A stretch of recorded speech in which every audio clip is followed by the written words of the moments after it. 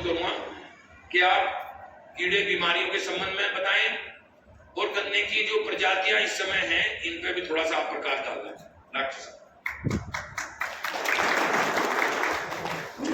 धन्यवाद जीएम साहब। आज की सभा के आदरणीय अध्यक्ष महोदय, चेयरमैन साहब और इस सदन में उपस्थित सभी किसान भाइयों का मैं हार्दिक स्वागत करता हूं, अभिनंदन करता हूं और एक बार जीएम साहब को उन्हें धन्यवाद देता हूं कि आपने मुझे मौका दिया आपके बीच आने का और कुछ गन्ने के बारे में जो वैज्ञानिक बातें हैं आपसे साझा करने के लिए। वक्त इस समय करवट ले रहा है सिर्फ एक चीज को लेके कि कौन सी वैरायटी वो है। 238 के अंदर कीड़े भी हैं, बीमारी भी है, लेकिन कोई भी वैज्ञानिक ये नहीं कहेगा आपसे कि 100% जैसे 238 का रकबा हो रहा है कि ऐसे ही आप करना है। ये वैज्ञानिक दृष्टिकोण से उचित चीज नहीं है। किसी भी वैरायटी का रकबा 20% से फालतू नहीं होना चाहिए, क्योंकि 38 में ज्यादा है रकबा तो उसमें कीड़ा भी ज्यादा है और बीमारी भी है। कीड़ा इस सेंस में है कि टॉप बोरर से आप लोग सब लोग दुखी होंगे मेरी समझ से। शायद ही कोई किसान हो जो ये कहे कि नहीं मेरे खेत में नहीं है, ऐसा कोई विरला किसान होगा। लेकिन एक मामले में आप लोग भाग्यशाली हैं कि इस चीनी मिल के अंदर रेड रॉट नहीं है, ये मेरा सर्वे करा हुआ है। लेकिन ये जो अभी बात करी थी वर्मा जी ने, तो भंडूरा एक गांव है, भंडूरा है, वहां पे 8436 में मैंने देखा वो खतौली चीनी मिल का था। आप लोग भाग्यशाली हैं। अब बात करते हैं गन्ने की किस्मों की। अभी जैसे मेरे से पूर्व वक्ता वर्मा जी ने कहा कि 3-4 गन्ने की किस्में हैं जो वर्तमान में दिखाई दे रही हैं। उन तीनों चारों किस्मों की हर एक की एग्रोनॉमी अलग अलग है, उसके सापेक्ष बात करी जाए तो ज्यादा बेहतर होगा और उसके बाद वर्तमान परिस्थितियों के सापेक्ष भी बात करते हैं। जो 238 जो एक वैरायटी है वो 15023 आप लोगों ने देख ली होगी, बाहर लगी हुई है, हरे पीले रंग का गन्ना है, पहचान भी देखे होंगे। ऊपर से पूरी पतली, ऊपर से मोटी है पूरी और नीचे से पतली हुई है। अगर आप देखेंगे तो ऐसे ही पूरी है। इसकी आंख छोटी है, आंख के दोनों तरफ पंख हैं और इसकी एक खासियत और है इस वैरायटी की, इसकी पत्ती बाहर की तरफ मुड़ी हुई है ताकि आप लोगों को पहचानने में दिक्कत ना आए।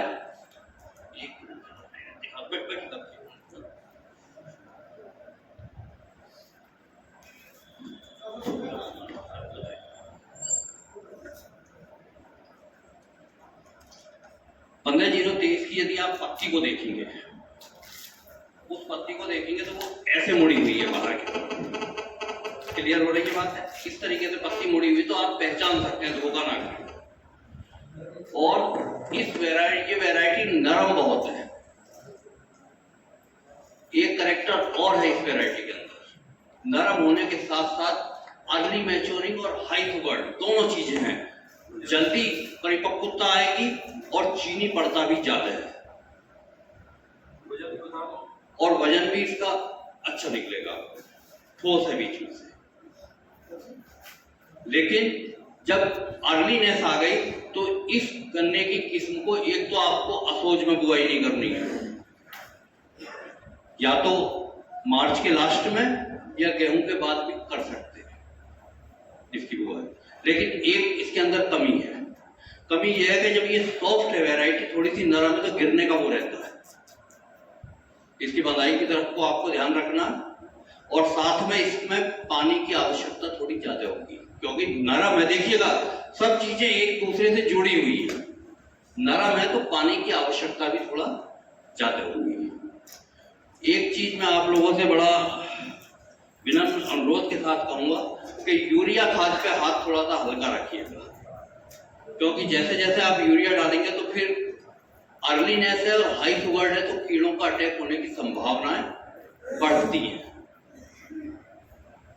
तो ये तो आ गई इस वैरायटी के रिगार्डिंग बात। जो भी कमियां बेसी थी मैंने वो बातें आपसे मोटी मोटी इसमें शेयर की।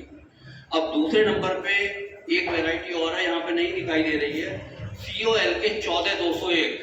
कितने किसान भाइयों ने इस वैरायटी का नाम सुना है? 14201 की एक खासियत है, इस वैरायटी के अंदर मल्टी रेटोनिंग की प्रोबेबिलिटी है, मतलब 2 या 3 साल की भी आप पेड़ी ले सकते हैं। क्यों? जहां पे क्यों शब्द लगाएंगे वही चीजें समझ में आएंगी। क्योंकि इसकी पोरियां नीचे की छोटी छोटी, बीच की बड़ी है, ऊपर जब ग्रोथ होती है तब थोड़ा छोटी हो जाती है। जब नीचे की पोरी छोटी हो गई तो इसका मतलब उसके अंदर से कल्ले निकलने की संभावना बढ़ गई। बातें समझ में आ रही होंगी। दूसरे नंबर पे अगर इस गन्ने की किस्म को देखिए, थोड़ा सा ये स्लो बढ़ती है। अगर इस गन्ने की किस्म को यदि आप अफोज में बोएंगे तो आपको पैदावार अच्छी मिल जाएगी। और अफोज में बोने के साथ साथ एक काम और करना है, जो भी किसान भाई इस गन्ने की किस्म को बोए तो उसमें ट्राइकोडर्मा का 100% इस्तेमाल करें। ट्राइकोडर्मा 2 काम करता है। सिर्फ अभी एक ही बात पे वर्मा जी ने ध्यान दिया कि बीमारियों को कंट्रोल करता है। एक काम और करता है, वो काम ये करता है कि गन्ने की ग्रोथ को बढ़ाता है। एक तो जो मृदा जनित रोग हैं उनको कंट्रोल करता है और गन्ने की ग्रोथ को बढ़ाता है। तो थोड़ा सा स्लो वाली ये वैरायटी है, तो आप इसको यूज कर सकते हैं, ट्राइकोडर्मा। तीसरे नंबर पे एक किस्म आती है 118, पुरानी किस्म है, जानी पहचानी किस्म है। उसके अंदर सिर्फ आपको एक ध्यान देना है, जब इस किस्म की बुआई करें इसके ऊपर मिट्टी बहुत कम आनी है। थोड़ा सा जमाव पे दिक्कत है, इसके मिट्टी थोड़ा सा कम आनी है। एक बार जमाव हो गया और वो जो मिट्टी धीरे धीरे डाल रहे हैं, जो गोल आपने खोल रखा है उसमें जो ट्रंच विधि में जो आप कहते हैं कि मिट्टी धीरे धीरे डाल रहे हैं, वो 30 जून तक पूरी मिट्टी के बाद आपको उस मिट्टी को उसके अंदर पलटना है ताकि इसके कल्ले निकल आए। मैंने खाई केड़ी चीनी मिल में देखा था, वहां पे आज भी केन हेड है संदीप, तो उन्होंने क्या कर रहा था, रेजर से कूड़ खोल रखा था।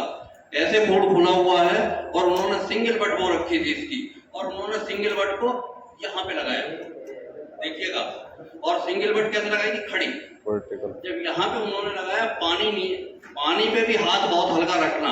देखिए एक लॉजिक और है पानी का, जितना जड़ों को पानी रिस के मिलेगा उतना ही गन्ने की जड़ों का विकास अच्छा होगा।